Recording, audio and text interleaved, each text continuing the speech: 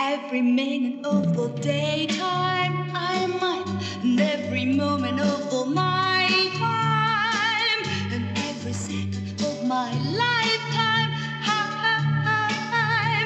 I'm knowing to be loving you deep, deep down. Deep, deep down.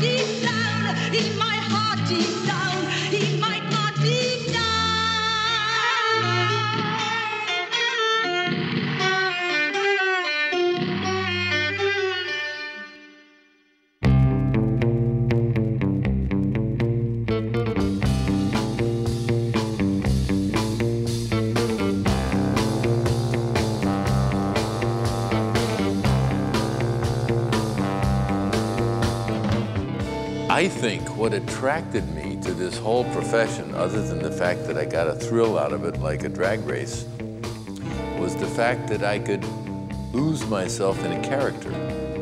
I had the opportunity to live like 100 lives in one lifetime. The fantasies that I had as a child reading comic books.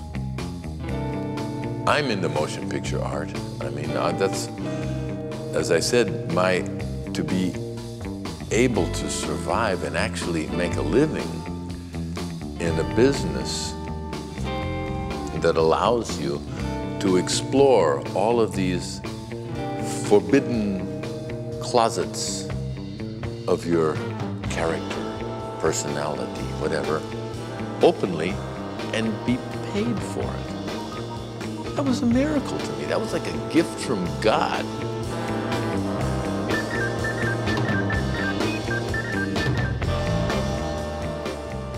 Hi, I'm John Philip Law.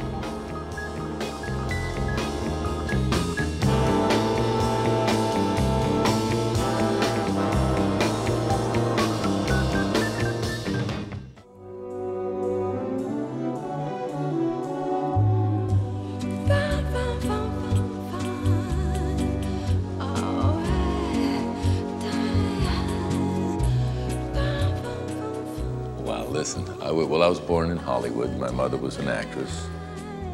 Well, I grew up in Hollywood, and Beverly Hills had just turned from orange groves into a big fancy housing project around the time I was born in the 30s.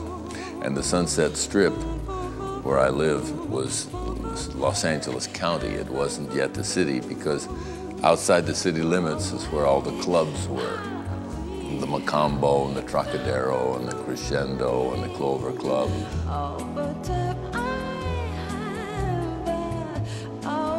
Well, I was totally unaware I was going to be an actor. Actually, my mother, being an actress, she left the profession. She went to the American Academy in New York and did mostly stage work, but she loved the business, and she married my dad, who was a deputy sheriff. And he was busy chasing Mickey Cohen up and down Sunset Strip there in those days. But my mother drugged my brother and I to the movie sets as extras. And my first impression of movie sets was just, standing in line, being yelled at, going to lunch, and waiting for this, waiting for that, hurry up and wait business. But I remember it very well, and I was fascinated with the camera. The first thing I wanted to be was a cameraman, because I always loved mechanical things, and I was kind of a shy, quiet guy. And my younger brother, Tom, of Woodstock fame, Tom Law. He was groomed by my mother to be the actor of the family. On my street where I grew up, it was full of actors, you know. Lee Tracy and Lee Marvin was living across the street, and Richard Cromwell, who lives up the street. Well, later on, Dennis Hopper and Vincent Price lived up there. Cole Porter was a neighbor of mine when I was a kid. All on Miller Drive, my little street. It's only about that long.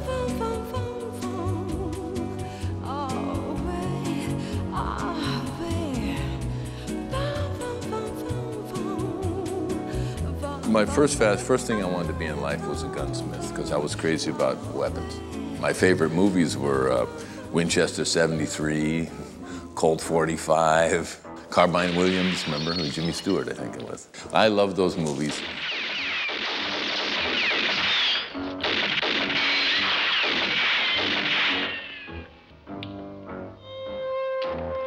When I was 15, I got my learner's permit, and then I went from guns to cars.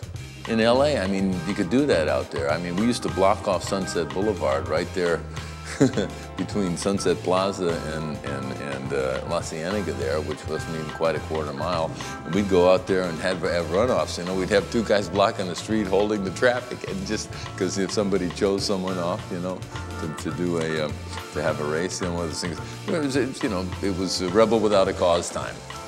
Well, all those guys I went to high school with were in that movie, Frank Mazzola, Natalie Wood. Well, I was in the first and second grade at West Hollywood Grammar School with Natalie Wood.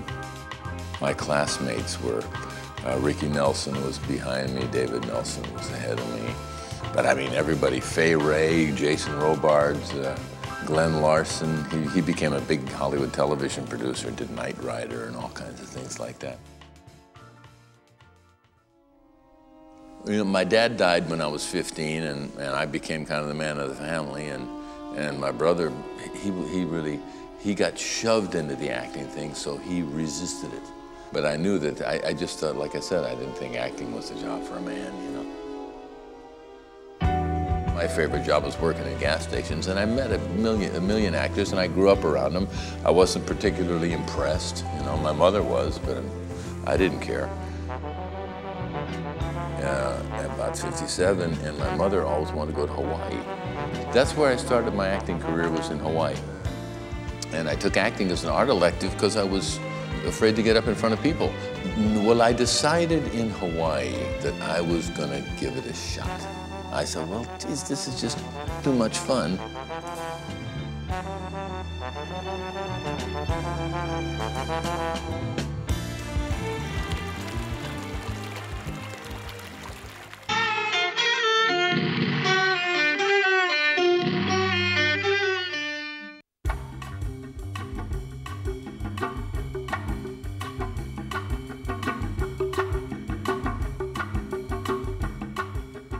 When I went to New York and went to drama school at the neighborhood playhouse, and I got accepted, and because I knew a couple people had gone there, it was a rebirth.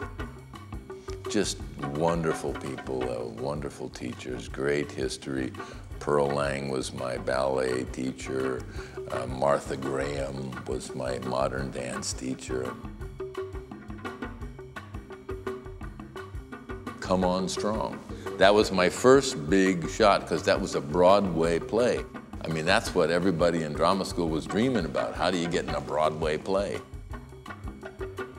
And during that time, they were putting together the company for Lincoln Center Repertory Theater. And they were doing auditions all over the United States. So we formed this original company with about 30 people. And the first play we did was Arthur Miller's After the Fall. And it's the first time that Elie Kazan had worked with Arthur Miller since the big split they had when he named the names and the red channels and all that whole period, that bleak period in Hollywood where all the writers got thrown out, you know. It was a terrible time.